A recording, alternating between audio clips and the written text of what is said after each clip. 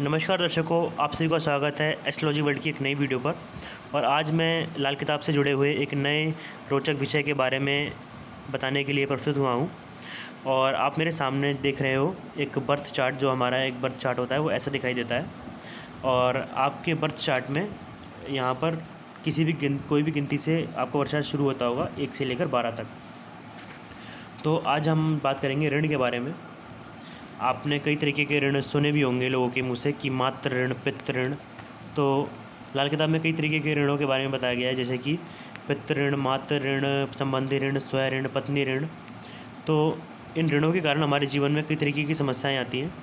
और आज की वीडियो में मैं आपको इन ऋणों की कारण होने वाली समस्या और इसके उपाय बताऊंगा, उनसे निजात पाने के। और आपको वो बताऊंगा कि जन्म कुंडली देखकर कैसे जानें कि हमारी जन्म कुंडली में ऐसा कोई ऋण है या नहीं है। देखिए दर्शकों, यदि कोई अपनी जन्म कुंडली पढ़ना जानता होगा तो वो इस वीडियो को देखने के बाद आसानी से पता लगा लेगा कि ऋण उसकी कुंडली में है या नहीं है। और यदि कई लोग हैं जो कि कुंडली पढ़ना नहीं जानते हैं, तो उनको मैं संकेत बताऊंगा और कारण बताऊंगा वीडियो में। तो वो उन संकेत और कारणों को सुनकर और पता लगा सकते हैं कि वो उन ऋणों से पीड़ित हैं या नहीं है। तो आज का जो हमारा टॉपिक मेन होने जा रहा है वो होने जा रहा है 2 ऋणों के ऊपर खासकर। तो 2 ऋण कौन से हैं? पहले हम बात करेंगे पितृ ऋण के बारे में, और फिर दूसरा मातृ ऋण के बारे में हम बात करेंगे आज की वीडियो में। इन 2 ही ऋणों के बारे में आज की वीडियो में हम लोग बात करने वाले हैं। और इनके संकेत, इनके कारण आपको मैं बताऊंगा, और कुंडली में इनकी क्या कंडीशन बनेंगी, किस प्रकार ये ऋण कुंडली में बनते हैं, वो मैं आपको बताऊंगा। आप अपनी कुंडली देखिए और पता लगाइए कि ये ऋण आपकी कुंडली में है या नहीं है। नहीं है तो बहुत अच्छी बात है तो उसके उपाय बताऊंगा। तो बात करते हैं पितृ ऋण के बारे में।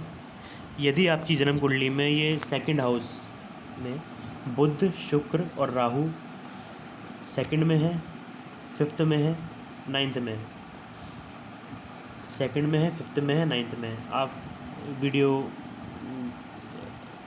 को स्टॉप करके भी आप देख सकते हैं। यदि ये 3 ग्रह राहु, शुक्र, बुध यदि हैं तो आपकी जन्म कुंडली में पितृ ऋण है, आप पितृ ऋण से पीड़ित हो। ऋण क्या होते हैं कि ऋण जो हमारे पूर्वजों द्वारा जो बुरे कर्म होते हैं उनके जो फल होते हैं वो हमें मिलते हैं। यदि हम भी कोई बुरा कर्म आज के टाइम में करते हैं तो उसका जो दोष है, उसका जो खामियाजा है वो हमारे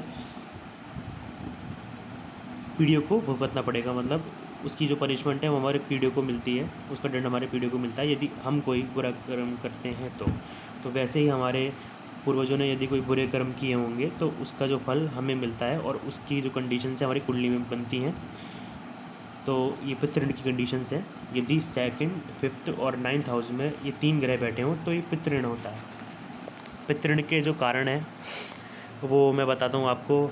यदि आपके पितरों ने किसी पारिवारिक पुजारी, यानी कि आपके फैमिली में जो पुजारी आते हो रेगुलरली, उनको बदला हो तो ये ऋण आपको लगता है।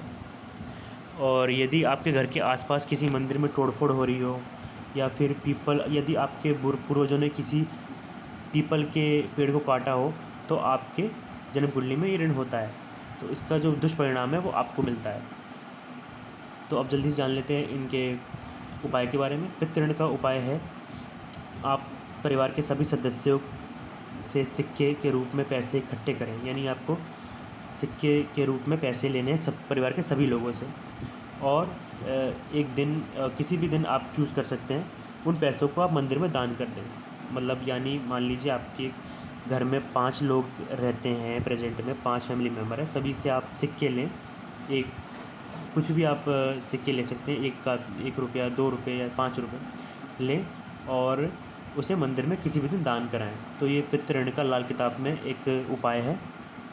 और दूसरा उपाय है, यदि आपके पड़ोस या घर में कोई पीपल का पेड़ हो तो उसे डेली आप पानी दें।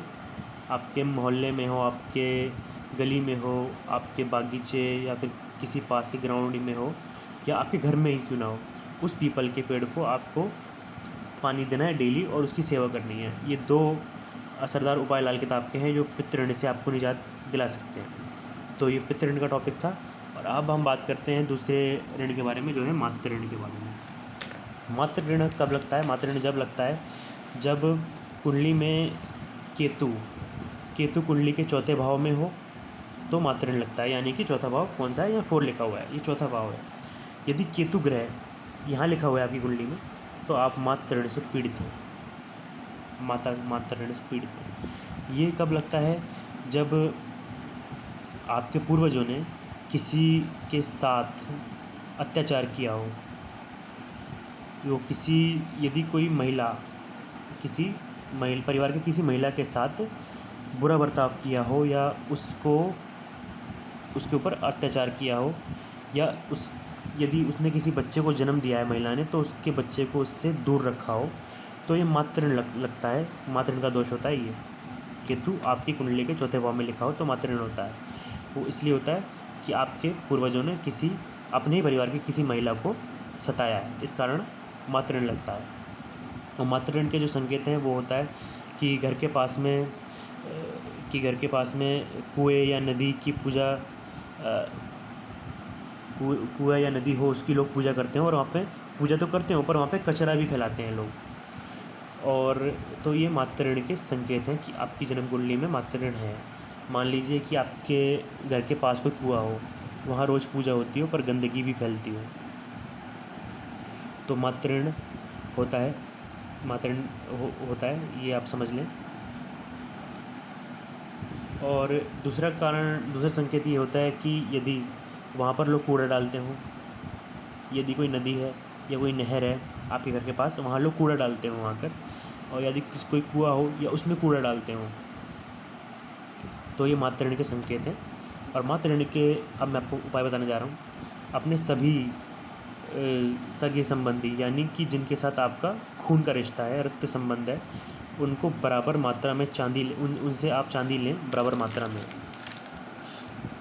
यदि कि चांदी के सिक्के लें, आप ही चांदी के सिक्के बनवाएं और आप उनको दें, और उनसे चांदी के सिक्के लें और नदी में बहाएं। यह काम किसी भी दिन आप कर सकते हो मातृ ऋण से निजात पाने के लिए। तो यदि वीडियो समझ में आया हो तो वीडियो को लाइक करें, चैनल को सब्सक्राइब करें। और यदि कोई भी कंसल्टेशन चाहिए कुंडली से रिगार्डिंग, यदि आप जन्म कुंडली बनवाना चाहते हो, कंप्यूटराइज जन्म कुंडली, तो मुझे इस नंबर पर कांटेक्ट करें। ये नंबर मैं डिस्क्रिप्शन में लिख दूँगा। किसी भी तरीके की कंसल्टेशन हो, आप मुझे डायरेक्ट व्हाट्सअप कर सकते हैं, कॉल कर सकते हैं, तो आपके सवालों का जवाब मैं दूँगा। धन्यवाद।